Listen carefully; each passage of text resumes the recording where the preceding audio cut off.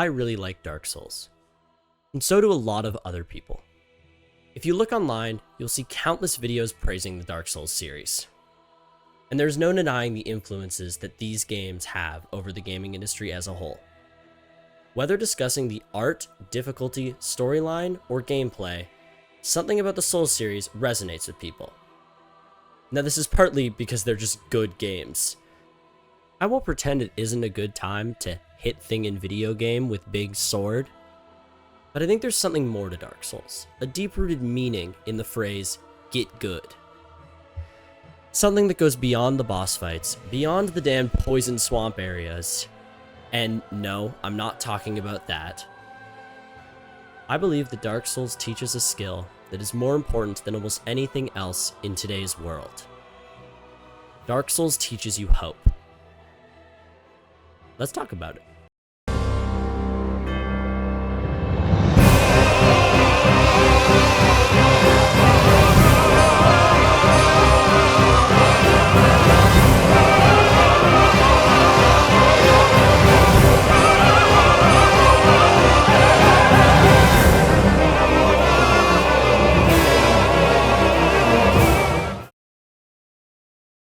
Now, the first thing you may be wondering is, Hugo, is this just an excuse to play video games and write it off as a school project? And my answer to you is yes.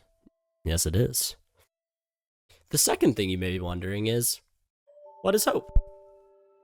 Now, we all know the word hope, in the traditional sense at least, but that's not what this video is about.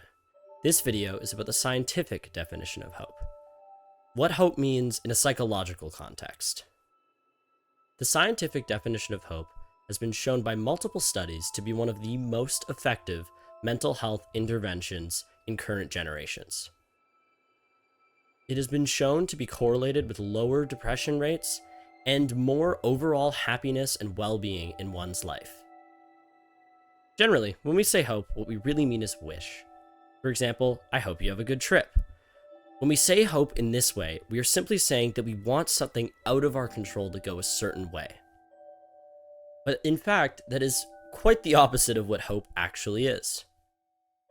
Dr. Chan Hellman, head of hope research at the University of Oklahoma, defines hope as the belief that tomorrow will be better than today, and you have the power to make it so. This definition can be broken down into two key parts. The first of which being optimism. To have hope, you must also think optimistically about the world.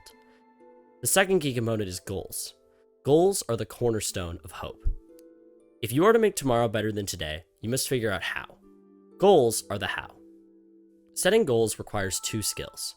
The first being pathways, which refers to the ability to find routes towards goals and problem solve around obstacles if necessary. The second component is agency, or willpower. I personally don't like the word willpower because I think it comes with a negative connotation and puts down people who struggle with motivation, but agency works fine. Essentially, agency or willpower simply just refers to your ability to sustain motivation to move along these pathways. All these components come together to create the way of thinking that we call hope. Now that that's out of the way, let's take a look at the gameplay loop of Dark Souls.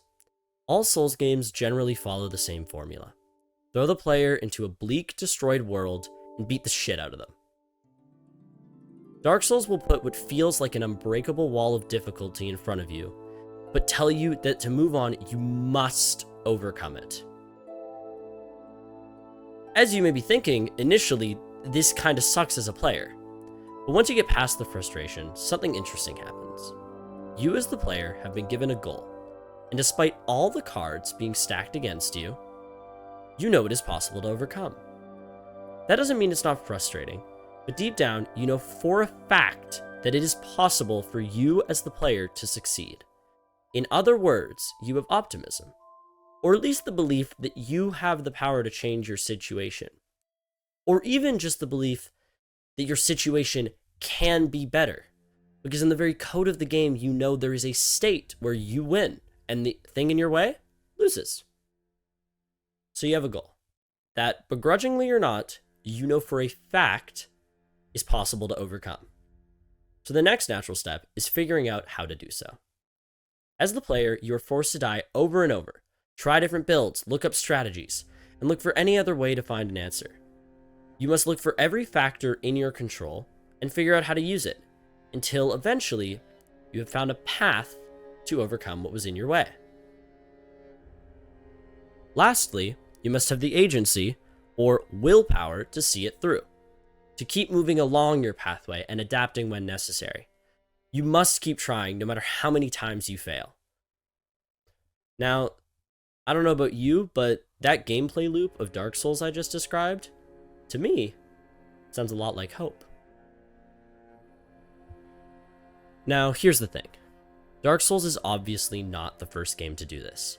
Almost every game that you can die in follows a very similar loop. And Dark Souls definitely did not invent the concept of problem solving. But Dark Souls has something other games don't. And that is, frankly, it's darkness. In other games, you are meant to win. At least in some sense. Your player is given multiple tools to get you past an obstacle. There are easy modes, tips, scripted moments, and many other things to keep the player feeling like they are being treated fairly. On the other hand, Dark Souls does not care about you. Or at least not in the traditional sense. The difficulty is quite possibly the most famous detail about these games. There aren't any helping hands, there's bullshit levels, enemies with too much health, and attacks that do too much damage. And a treasure trove of moments that, if I was a little stronger and my walls were a little softer, would result in many, many, many holes. And the result of all of this is responsibility placed on only you, the player. In other games, you can make countless excuses for why you succeeded, because the game feels like it wants you to. But in Souls, you are the one who passed the challenges. The game didn't want you to win, and yet you overcame it.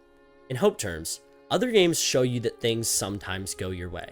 They even show you that tomorrow can be better than today. But Dark Souls adds the key component that you can make it so.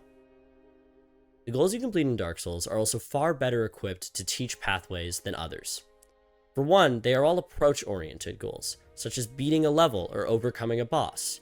And studies show that these non-avoidant goals are significantly more effective at cultivating hope.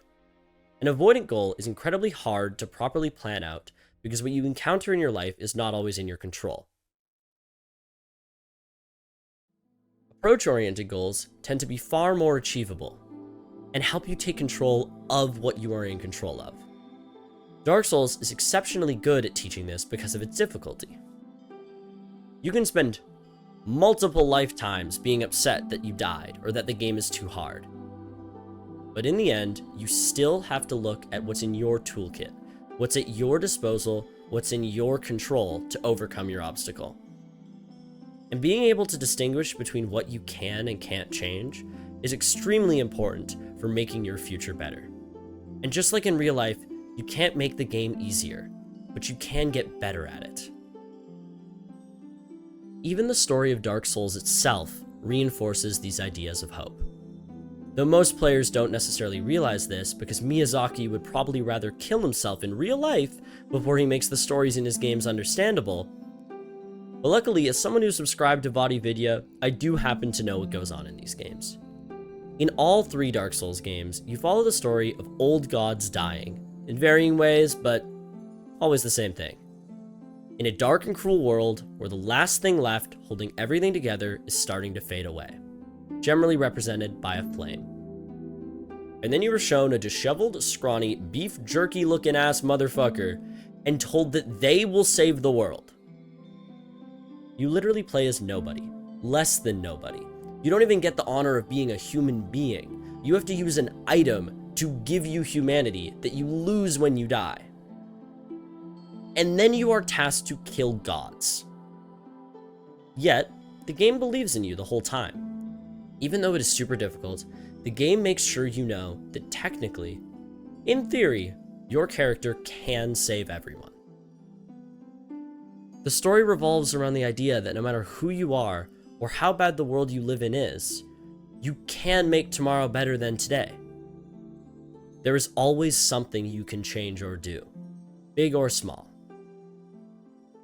Maybe in the Dark Souls sense, it's killing gods and being crazy. Doesn't mean it always has to be. But the point still stands the same, that you may seem like you have no effect on the world, but very clearly, if you just put a little thought into it, you can. All this culminates in the real point of this video, which is that Dark Souls doesn't just teach us how to play a hard game, but Dark Souls teaches us how to play real life. In Dark Souls, just like reality, the world doesn't care about you. But also, just like real life, you can still overcome what's in your way. It teaches us to look at a challenge from a new perspective, one where instead of an obstacle being a sign to quit, it is just another level to complete. You've done it before, why can't you do it again? It gives us the ability to take control of our life and understand our own capability. Dark Souls makes it overwhelmingly clear that, despite all odds, tomorrow can be better than today. And you truly have the power to make it so. Which I think is pretty darn neat. So, thank you, Dark Souls. And to all of you watching, don't you dare go hollow.